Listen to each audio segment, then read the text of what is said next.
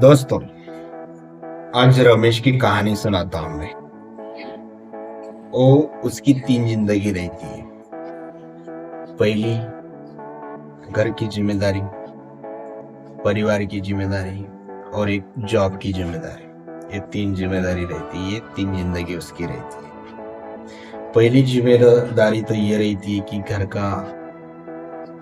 का कोई ये रहता है, घर का रेंट रहता है, घर का किराना रहता है, घर की साफ सफाई रहती है। जो कुछ भी हो वो रमेश को ही करना पड़ता है। रमेश अकेला था जो अपने परिवार के लिए सब कुछ करता था। परिवार में दूसरे कोई काम करने वाले नहीं थे। उसकी बीवी थी, 2 बच्चे थे, उसके माता पिता थे। वो बच्चे स्कूल जाते थे, वो बच्चों की स्कूल की फीस, राशन लाना, दवाइयाँ और ये करना, वो रमेश का डेली रूटीन का था। और रमेश अपने जॉब में जाता था। मॉर्निंग को 5 बजे उठना, चाय नाश्ता करना और काम के लिए जाना। काम में जाने के बाद में भी वहाँ पे की जिम्मेदारी उसको डेली रिपोर्ट करना, मैनेजर के साथ रिपोर्ट करना, काम में अपने दिमाग लगाना, बहुत कुछ जिम्मेदारी रहती है। उसमें कैसा रहता है कि वो खुद के लिए कुछ सोचता नहीं, खाली काम करते रहता, क्योंकि जिम्मेदारी उससे कुछ सोचने ही नहीं देती। घर का हो गया तो ऑफिस का हो गया कि घर का। घर ऑफिस में भी कैसा रहता है कि एक ही काम पे आगे फोकस नहीं कर पाता। ऑफिस में daily daily day to day अपना काम चेंज होते रहता है। वो काम में खुद को संभाल लेता है, घर के भी काम में खुद को संभाल लेता है, क्योंकि वो समझदार होता है।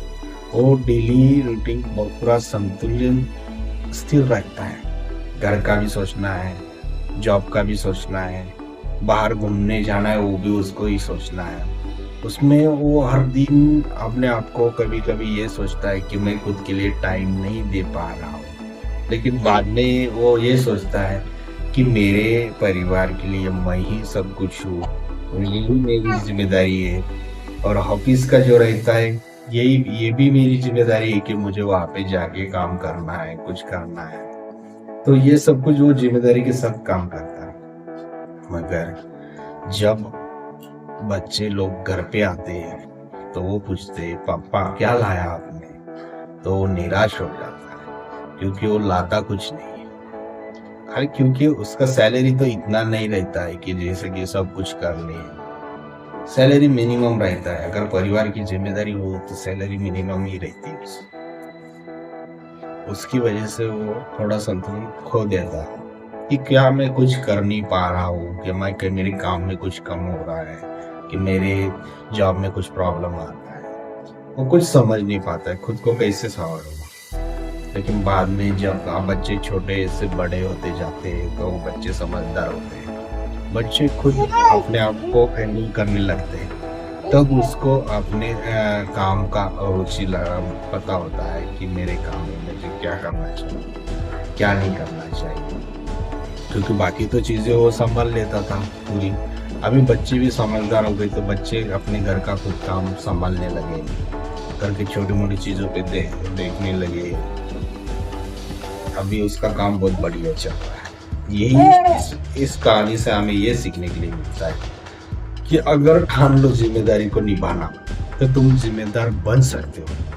अगर तुम नहीं ठान सकते हो जिम्मेदारी को निभाना तो तुम नहीं जिम्मेदारी निभा, खाली तुम डिप्रेशन में जा सकते हो। जिम्मेदारी तुम अगर उठाना चाहते हो तो कितनी भी बड़ी जिम्मेदारी हो तुम उसे आराम से उठा सकते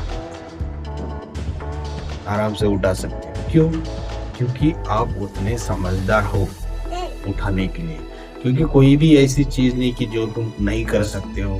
घर का हो, जॉब का हो, कुछ बाहर का हो, ये सब कुछ हम हैंडल कर सकते हैं, लेकिन हमें पहले जिम्मेदार होना पड़ता है। अगर हम ये सोचते रहेंगे कि घर के लोग कुछ करते नहीं है, और ये कुछ करता नहीं, ये कुछ करता नहीं, सब कुछ मुझे ही करना पड़ता है, तो तुम कुछ नहीं कर सकते।